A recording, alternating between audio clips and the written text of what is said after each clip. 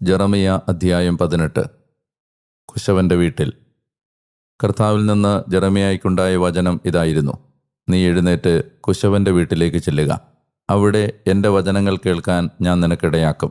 അപ്പോൾ ഞാൻ കുശവന്റെ വീട്ടിലേക്ക് ഇറങ്ങിച്ചെന്നു. ഇതാ, അവൻ ചക്രത്തിന്മേൽ ജോലി ചെയ്യുകയായിരുന്നു. കുശവൻ കളിമണ്ണ് കൊണ്ടുണ്ടാക്കിക്കൊണ്ടിരുന്ന പാത്രം അവൻ്റെ കയ്യിൽ വിരൂപമായിപ്പോയി. അപ്പോൾ തൻ്റെ ദൃഷ്ടിയിൽ ഉചിതമായതുപോലെ നിർമ്മിക്കാൻ കുശവൻ അതുകൊണ്ട് വേറൊരു പാത്രം വീണ്ടും മെനഞ്ഞു. അപ്പോൾ കർത്താവിൻ്റെ വചനം എനിക്ക് പ്രകാരമുണ്ടായി: ഇസ്രായേൽ ഭവനമേ, ഈ കുശവനെപ്പോലെ എനിക്ക് നിങ്ങളോട് ചെയ്യരുതോ? കർത്താവിൻ്റെ അരുളപ്പാട്: ഇസ്രായേൽ ഭവനമേ, ഇതാ, കുശവൻ്റെ കയ്യിലെ കളിമണ്ണ് പോലെയാണ് എൻ്റെ കയ്യിൽ നിങ്ങളും.